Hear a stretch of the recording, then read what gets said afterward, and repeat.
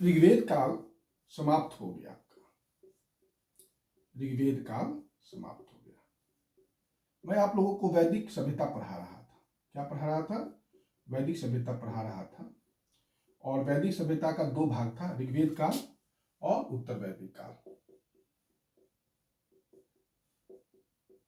ऋग्वेद काल का जो समय है वो 1500 बीसी था से लेकर 1000 बीसी, और उत्तर वैदिक काल का समय है 1000 बीसी से लेकर 600 बीसी तक। तो आप लोगों को मैंने ऋग्वेद काल पढ़ा दिया। आज मैं पढ़ाऊंगा उत्तर वैदिक काल। अब क्या पढ़ाऊंगा मैं आप लोगों को? उत्तर वैदिक काल। उत्तर वैदिक काल का जो समय है वह है 1000 बीसी से लेकर 600 बीसी तक।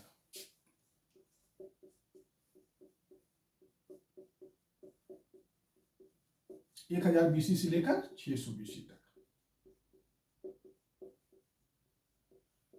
मैंने ऋग्वेद पढ़ाते समय आपको बताया था कि ऋग्वेदिक काल का एकमात्र ग्रंथ क्या है? ऋग्वेद है। तो ऋग्वेद को छोड़कर यजुर्वेद,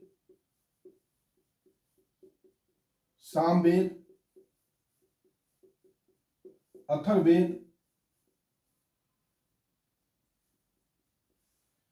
ब्राह्मण ग्रंथ,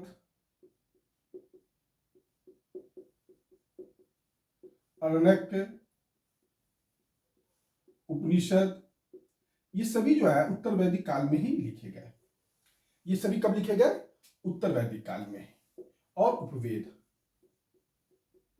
ये सभी जो है आपको उत्तर वैदिक काल में ही आकर लिखे गए। यह है आपका कि ऋग्वेद को छोड़कर बाकी जो भी ग्रंथ है, यजुर्वेद, सामवेद, अथर्ववेद, ब्राह्मण ग्रंथ, अरण्यक, उपनिषद, उपवेद, ये सभी इस काल में लिखे गए हैं। इसलिए इसको हम लोग उत्तर वैदिक काल कहते हैं। उत्तर वैदिक काल कहते हैं। यह हो गया उत्तर वैदिक काल का परिचय। अब हम लोग पढ़े, सबसे पहला चीज हम लोग जो पढ़ेंगे, परिचय के बाद स्रोत पढ़ेंगे। सबसे परिचय के बाद क्या पढ़ेंगे? स्रोत पढ़ेंगे। देखिए, स्रोत हमेशा जो है दो प्रकार का होता है। कैसा कैसा होता है? पहला होगा पुरातत्व और दूसरा होगा साहित्य। तो ऋग्वेद उत्तर वैदिक काल में साहित्य प्रचुर मात्रा में है, लेकिन पुरातत्व से उसकी संगति बैठती है कि नहीं, इस बात को भी हम लोगों को देखना होगा। सबसे पहला जो पुरातत्व मिला है वह है ऋग्वेद काल के अंत समय का भगवानपुरा से। भगवानपुरा, यहां से 13 कमरों वाला कच्ची मीट का मकान मिला है। कच्ची मिट्टी का मकान मिला है। ये मैंने आपको ऋग्वेद काल में पढ़ाया था। इस समय आर्य अस्थायी जीवन व्यतीत करने लगे थे। आज क्या थे? अस्थायी जीवन व्यतीत करने लगे थे। अस्थायी जीवन जैसे ही होगा तो उनके साथ रहवास में मिट्टी के बर्तन काफी इंपॉर्टेंट होते हैं, जिसको मृदभांड कहते हैं। जिसमें पहला है आपका चित्रित धूसर मृदभांड। चित्रित धूसर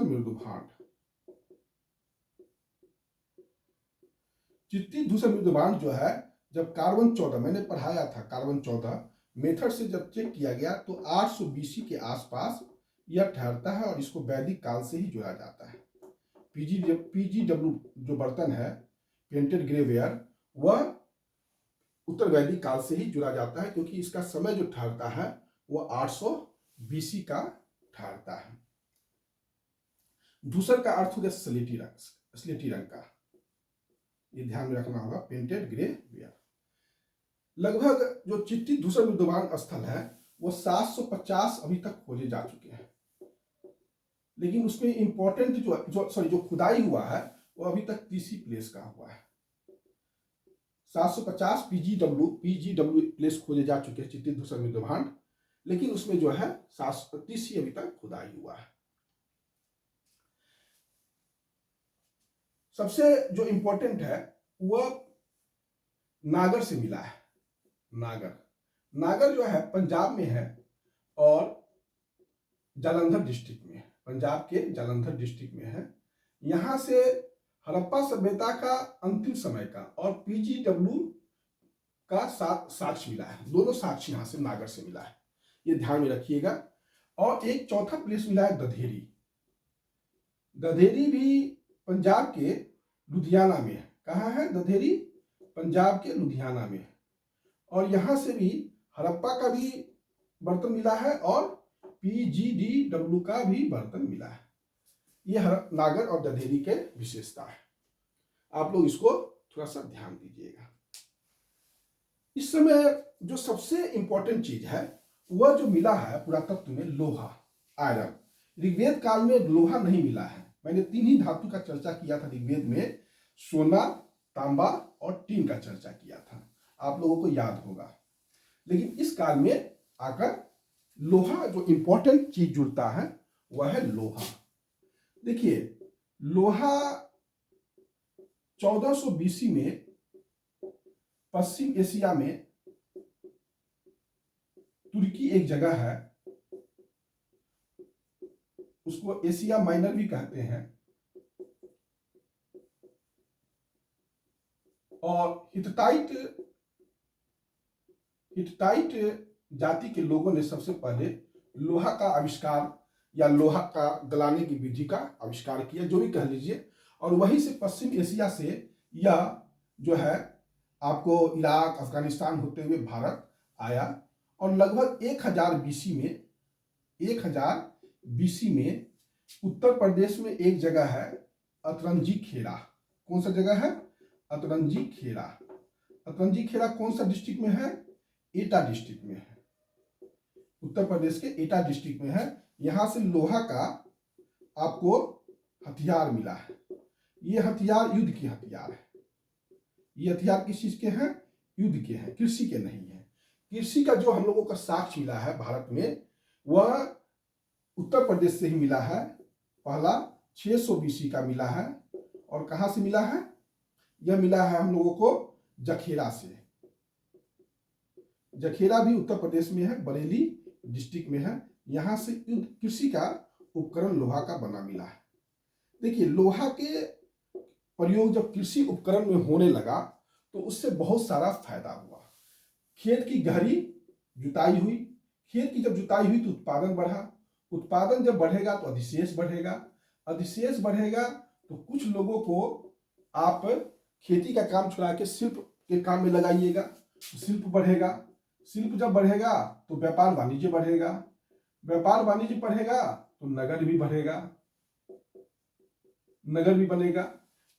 ये चेन होता है, श्रृंखला होता है। तो यह चीज जो है इस काल में शुरू हो गया। जखेरा को हम लोग आदि नगर भी कह सकते हैं, प्रोटो टाउन भी का भी संज्ञा दे सकते हैं।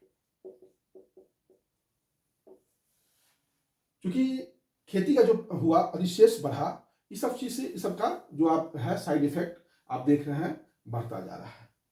यह है आपका भारत में। यह मान के चलिए कि लोहा का प्रयोग 1000 बीसी से शुरू होने लगा। यह हम कैसे बोल रहे हैं? तो उत्तर प्रदेश में तो आप देख ही रहे हैं 1000 बीसी अतरंजी खेड़ा। और आपको याद होगा महापाषाण काल पढ़ाते समय मैंने आपको बताया था कि उनके कब्र में लोहा भी रखा जाता था, और वह साक्ष्य 1000 बीसी के आसपास का है। तो भारतीय 1000 बीसी का, तो भारतीय संदर्भ में लोहे का प्रयोग 1000 बीसी से शुरू हो गया। मुझको लग रहा है कि आप लोगों को यहां तक कोई डाउट अब नहीं होगा। अब हम लोग, यह हो गया पुरातात्विक साक्ष्य। अब हम लोग पढ़ते हैं साहित्यिक साक्ष्य। अब हम लोग क्या पढ़ेंगे? साहित्यिक साक्ष्य। देखिए, साहित्य इस समय काफी प्रचुर मात्रा में लिखे गए। साहित्य प्रचुर मात्रा में लिखे गए। आज हम आपको एक टॉपिक पढ़ाएंगे, वैदिक साहित्य। हम आपको क्या पढ़ाएंगे? वैदिक साहित्य।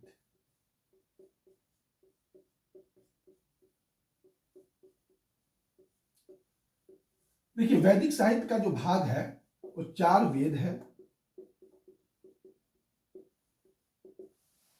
उसके बाद ब्राह्मण ग्रंथ है, अर्णक्य है, उपनिषद है और 4 उपवेद है। ये कंप्लीट जो है आपको वैदिक साहित्य के अंतर्गत आता है, लेकिन इसमें 4 उपवेद जो है वैदिक साहित्य के अंतर्गत नहीं आता है। किसी किसी जगह वैदिक साहित्य में षड दर्शन भी को लिया जाता है, जो भारत की 6 दर्शन है उसको भी लिया जाता है, लेकिन मेरे ख्याल से षड दर्शन नहीं लिया जाना चाहिए वैदिक साहित्य के अंतर्गत, लेकिन कहीं कहीं आपको पढ़ने को मिल सकता है। हम यहां पर आपको षड दर्शन की भी चर्चा कर देंगे। षड दर्शन गुप्त काल में फाइनली लिखा गया है, ये सच्चाई है, लेकिन किसी किसी किताब में वैदिक साहित्य के अंतर्गत ही 4 उपवेद तो नहीं रखा जाता है वैदिक साहित्य में, लेकिन षड दर्शन को रखा जाता है। खैर, हम लोग पहले एक एक टॉपिक पढ़ेंगे। सबसे पहले हम लोग 4 वेद के बारे में पढ़े। देखिए, ये जो वैदिक साहित्य है ये वेद धातु से बना है। किसी से बना है? वेद धातु से। और ये संस्कृत का शब्द है। किस चीज का शब्द है? इसका अर्थ है ज्ञान होना, ज्ञान होना। जिस प्रकार आंख चक्षु, आंख को चक्षु भी कहते हैं, चक्षु से हम लौकिक वस्तुओं को देख सकते हैं, उसी प्रकार वेद से हम लोग अलौकिक चीजों को का ज्ञान प्राप्त कर सकते हैं। वेद की जो वेदता इसी में है, इसको ऐसे समझिएगा, वेद की वेदता इसी में है कि वह हमें अबोध का बोध कराता है, अबोध का बोध कराता है। वेद की वेदता इसी में है कि वह हमें अबोध का बोध कराता है। इसको बड़ा अच्छा समझिएगा। देखिए, वेद के जो निर्माता है वह भगवान है, ईश्वर है। वेद के निर्माता कौन है? रचयिता कौन है वेद के? वो ईश्वर है, वो ईश्वर है। लेकिन जो मंत्र, वेद का जो ज्ञान है, जो शब्द है, ये सभी ईश्वर का दिया हुआ है। ये सभी क्या है? ईश्वर का दिया हुआ है। इसलिए इसको अपरुष्य कहते हैं, अपरुष्य कहते हैं। लेकिन इसको सुनकर, श्रुति, वेद को श्रुति भी कहते हैं, क्योंकि मानव ने इसको सुनकर संकलन किया। बात को समझिएगा, मानव ने इसको सुनकर संकलन किया, इसलिए इसको श्रुति कहते हैं, सुनकर। इसमें वेद में जो भी ज्ञान है, जो भी शब्द है, वो ईश्वर के द्वारा रचयिता है, ईश्वर ने उसको दिया है, वो अपरुष्य है, अपरुष्य है, वो ईश्वर द्वारा रचित है। मानव ने सिर्फ उसका संकलन किया है सुनकर। यह इसको ध्यान रखिएगा आप लोग। या यहां तक हमको लगता है कि आप लोगों को दिक्कत नहीं होगा। एक कौटिल्य थे, कौटिल्य ने त्रिवेद की बात किया। कौटिल्य ने कितने वेद का बात किया? त्रिवेद का बात किया। कौन कौन वेद का बात किया? ऋग्वेद, सामवेद और यजुर्वेद। उन्होंने 3 वेद को ही आपको ऋग्वेद, सामवेद, यजुर्वेद को ही त्रिवेद माना है ना। इसको त्रय भी कहा जाता है, इसको वेद त्रय भी कहा जाता है। लेकिन चौथा वेद भी है अथर्ववेद। अथर्ववेद, वेद त्रय में या त्रिवेद में यही 3 है, लेकिन चौथा वेद भी है, वह है अथर्ववेद। 5वां वेद कौन सा है? महाभारत। आपसे कभी कभी परीक्षा में पूछा जा सकता है कि 5वां वेद कौन है? वह है महाभारत। देखिए, वेद माना जाता है, वेद माना जाता है कि एक ही है। बहुत ध्यान से सुनिएगा, बहुत मन लगेगा। वेद माना जाता है कि वह एक ही है, लेकिन ज्ञान की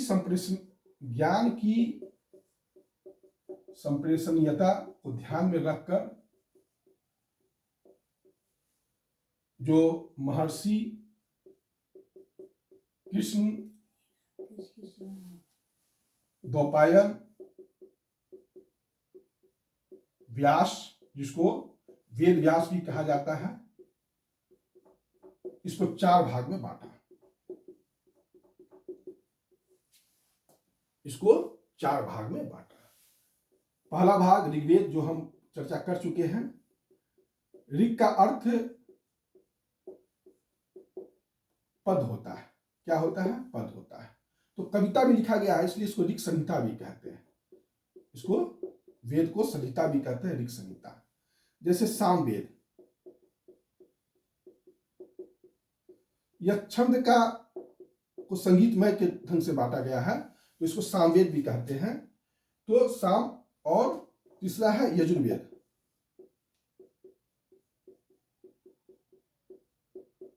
इसमें गद्य में है, गद्य में है यह। और यह इसकी भाषा की संप्रेषणीयता को ध्यान में रखकर इसको 3 भाग में बांटा गया था। क्योंकि ये तीनों जो है आर्य प्रभाव से हैं और अथर्ववेद जो है अनार्य प्रभाव पर है, इसलिए इसको त्रिवर्ग में नहीं रखा जाता है। तो ऋग्वेद के 4 भाग हो गए, यह मैंने पढ़ा दिया आपको। महर्षि कृष्ण द्वैपायन व्यास ने ही ऋग्वेद लिखा था, यह ध्यान में आप लोग रखिएगा। और इन्होंने ही वेद को 4 भाग में बांटा था। वेद पहले एक ही था।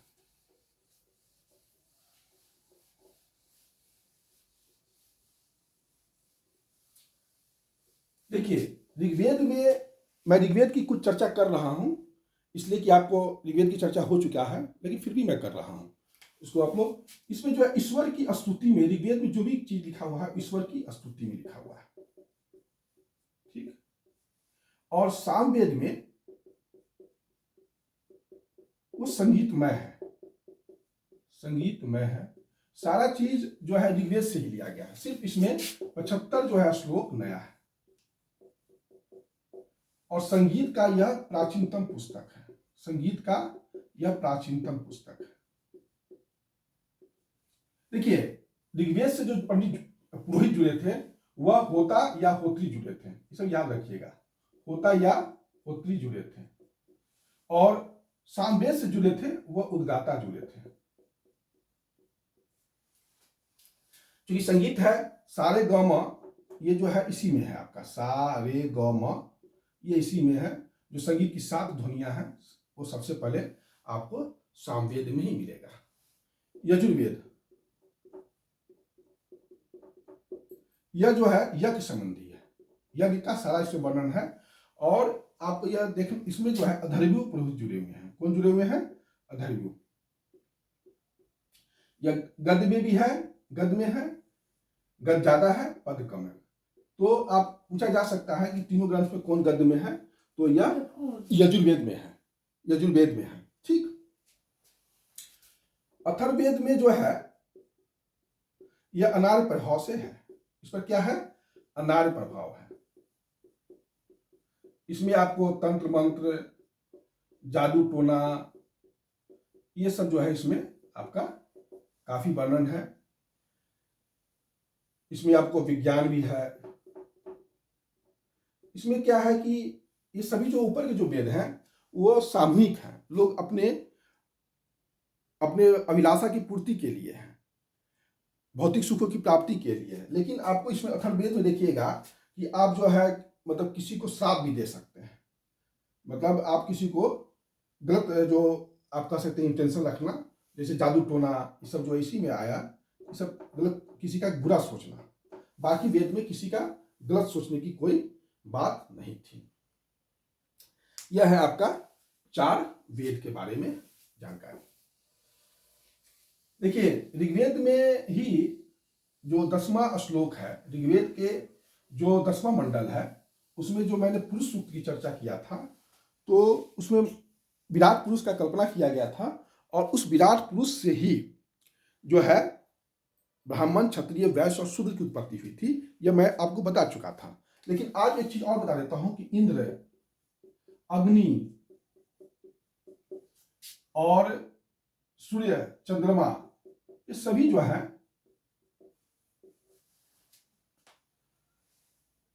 पुरुष सूक्त में ही इनकी उत्पत्ति का वर्णन लिखा हुआ है, यह ध्यान में रखिएगा। हमने सूर्य की पिता का नाम आपको बताया था धौस, लेकिन सूर्य की मां का नाम ही आज बता देता हूं, अदिति। यह परीक्षाओं में नहीं पूछा जाएगा, पिता का नाम पूछा जाएगा लेकिन मां का नाम नहीं पूछा जाएगा। या हो सकता है कि पिता का नाम पूछ लिया गया है, मां का नाम पूछ लिया जाए। और एक अदिति, कल जो है मैंने वेद का सॉरी ऋग्वैदिक देवता का विभाजन किया था 3 भाग में, याद होगा आपको। तो एक वायुमंडल का देवता बताया था, तो हमने, और पृथ्वी का देवता मैंने पृथ्वी के देवता में शायद अदिति बोल दिया था, आप उसको वायुमंडल के देवता में रख लीजिएगा। ठीक है, पृथ्वी के देवता में पृथ्वी होगा, अग्नि होगा, सोम होगा, बृहस्पति होगा। ये थोड़ा सा आप लोग चेक कर लीजिएगा, बाकी कोई चीज दिक्कत नहीं है।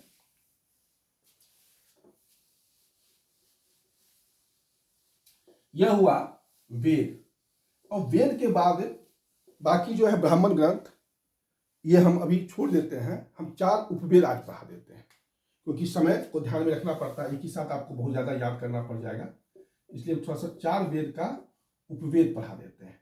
तो सबसे पहले ऋग्वेद। ऋग्वेद का उपवेद है आयुर्वेद। आयुर्वेद में क्या होगा, स्वास्थ्य संबंधी बात होगा, और इसको लिखने वाले कौन है, प्रजापति। सामवेद, सामवेद गंधर्व वेद, इसका उपवेद है, यह संगीत पर है, और इसको लिखने वाले नारद हैं। यजुर्वेद, धनुर्वेद, यह किस पर होगा, तो युद्ध संबंधी जो अस्त्र शस्त्र है उस पर लिखा हुआ है, और इसको लिखने वाले विश्वामित्र हैं। अथर्ववेद, इसको शिल्प वेद भी कहते हैं, या ब्रह्मवेद भी कहते हैं। इसमें निर्माण संबंधी, भवन निर्माण संबंधी सब चर्चा है, और इसको लिखने वाले विश्वकर्मा है। यह आपका 4 वेद का उपवेद है। यह वैदिक साहित्य के अंतर्गत नहीं आता है, मैं पहले ही बोला था, अभी भी आपको बोल देता हूं क्लियर कि यह वैदिक साहित्य के अंतर्गत नहीं आता है। आज इतना ही रहने दीजिए, फिर नेक्स्ट क्लास में हम आपको वैदिक साहित्य का जो भी पाठ है वो मैं पढ़ाऊंगा। धन्यवाद।